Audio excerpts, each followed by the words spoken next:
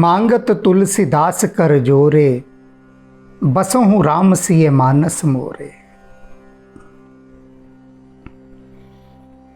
तुलसीदास जी बार बार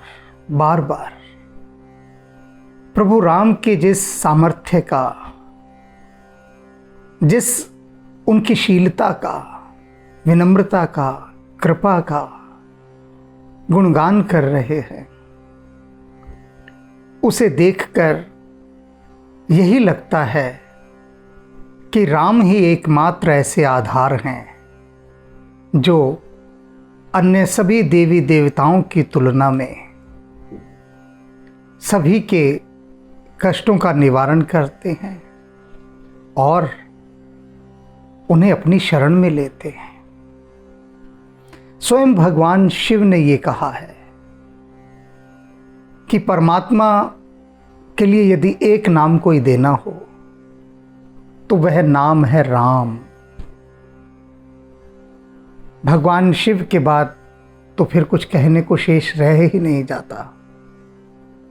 उन्होंने केवल राम के नाम को ही आधार बताया है। वे स्वयं उनका ध्यान धरते हैं। तो उसी कड़ी के अंतर्गत विनय पत्रिका में तुलसीदास जी आगे अपनी बात बढ़ाते हुए कह रहे हैं, देव दूसरों कौन दीन को दयाल, कि हे मेरे राम जी, हे मेरे स्वामी, हे प्रभु,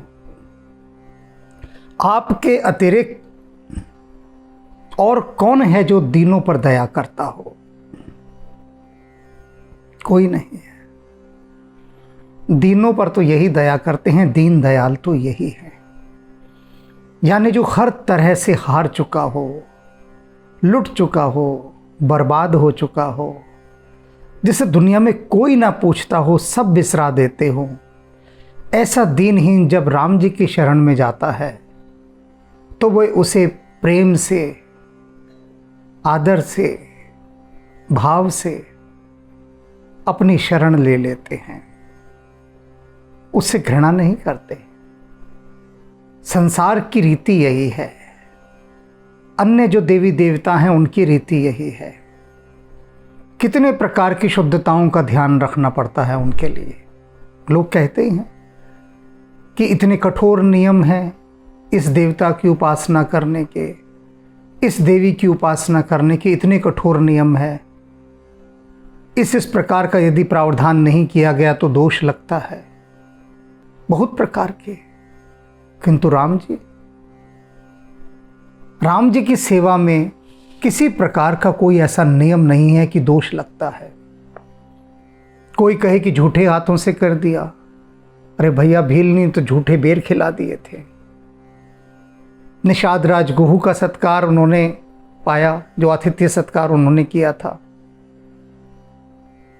और वनवासियों में रहे, जनजातियों के बीच रहे, आदिवासियों के बीच रहे, उनके जैसे होकर रहे।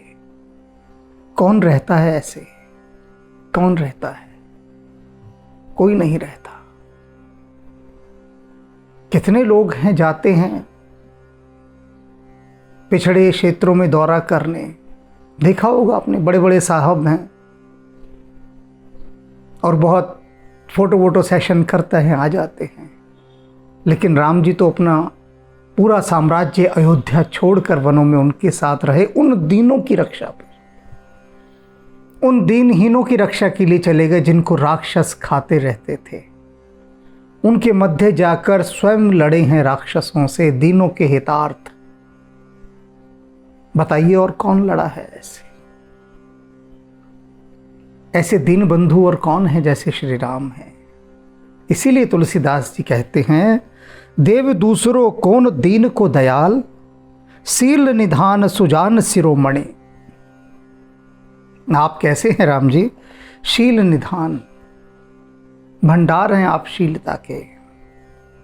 सुजान शिरोमणि, और सभी ज्ञानियों के शिरोमणि हैं। आपसे अधिक ज्ञानी कोई नहीं है। शरणागत प्रिय, जो आपकी शरण में आ जाता है आप उसे बहुत प्रेम देते हैं, आपको सारे शरणागत प्रिय हैं, कोई भेदभाव नहीं करते कि ये तो शत्रु के पक्ष से आया है तो इसे मैं क्यों शरण दूं। कितने संदेह होते हैं। और शत्रु का भाई आया है मेरी शरण। हो सकता है गुप्तचर बनकर आया हो, कोई चाल हो, कोई साजिश हो इनकी।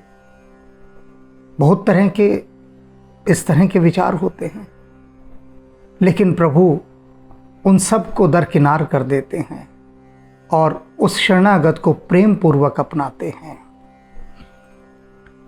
प्रणतपाल, आश्रय में जो आ गया उसका पालन पोषण करते हैं।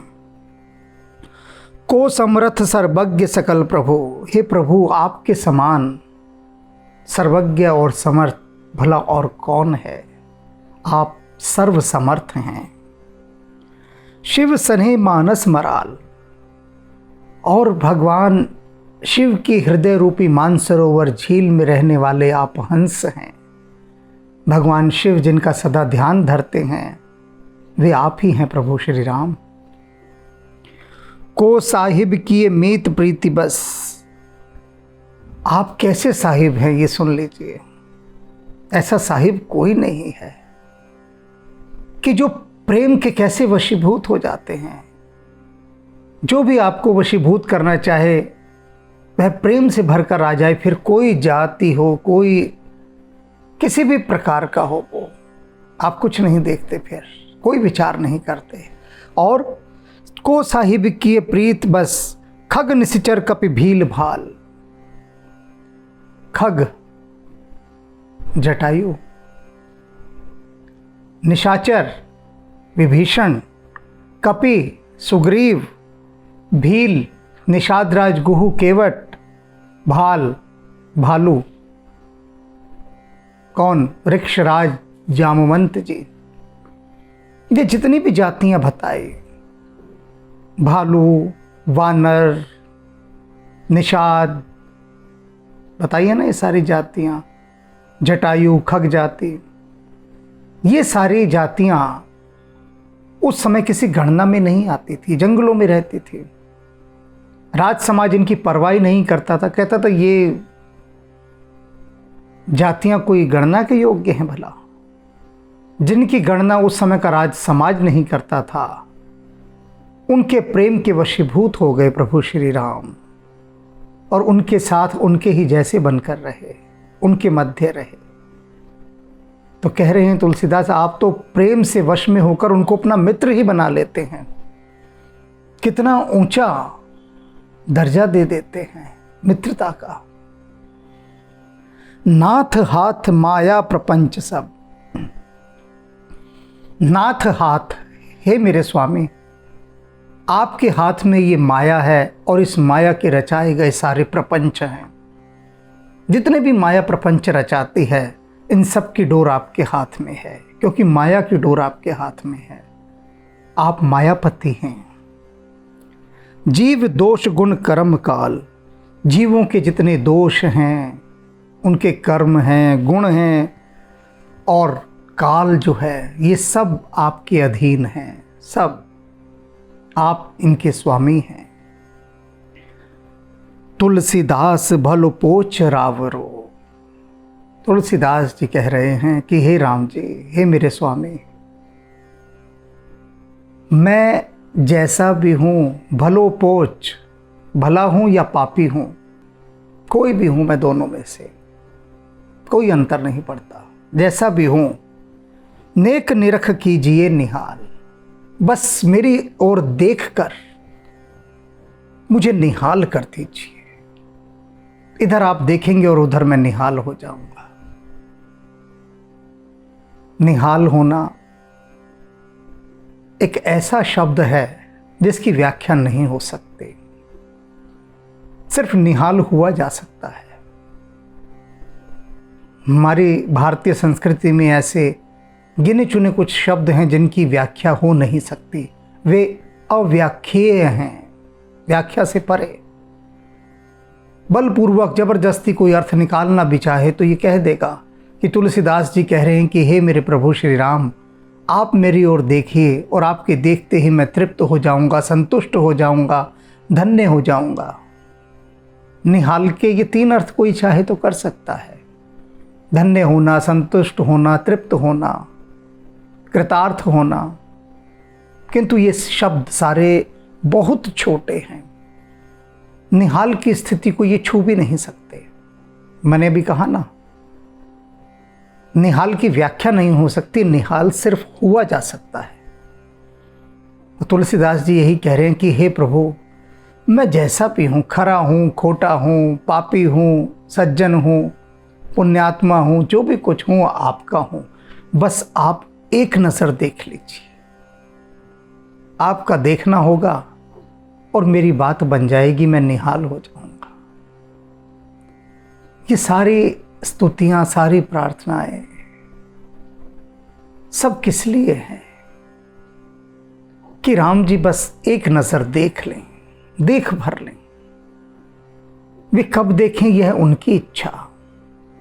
हमारा काम केवल पुकारना है, पुकारते जाना है, सतत पुकारते जाना है और कुछ नहीं। केवल पुकार, केवल प्यास, अपनी प्यास को बढ़ाना है, बढ़ाते जाना है, बढ़ाते जाना है। अब यह देखना तो सावन का काम है ना कि वह बरसेगा या नहीं बरसेगा, ये सावन की इच्छा। हमें तो सिर्फ अपनी प्यास बढ़ानी है, पुकार उठानी है।